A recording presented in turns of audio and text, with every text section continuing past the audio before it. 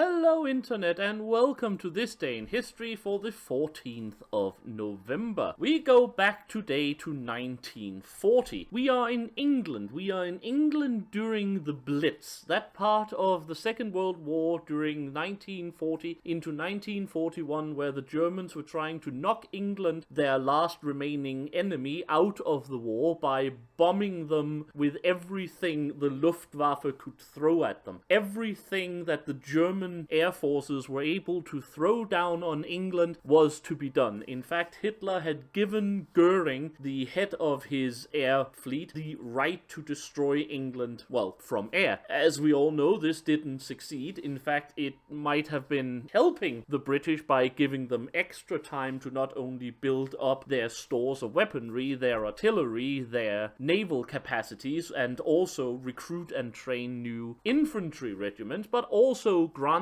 their Air Force far more time to train, to improve tactics, to improve manpower, and to improve technically, and give themselves some valuable tools for when the war had turned against the Germans a few years later. However, on this day in 1940, probably the greatest single destructive day of the Blitz was the day that Coventry, an industrial city in the West Midlands of England, was basically flattened by a force of 515 bombers from the 3rd Air Fleet. The city had been bombed several times before and was already damaged, but nothing really more special than most other industrial areas was in the time around the autumn of 1940, and of course London itself had been the subject of many bombardments. However, on this day, as I said, 515 bombers, escorted by more than 100 fighters from the 100 fighter group, flew in over the West Midlands and dropped so many bombs on Coventry that the city basically ceased to exist, or at least the city centre basically ceased to exist. Any kind of amenities, water, power, heat,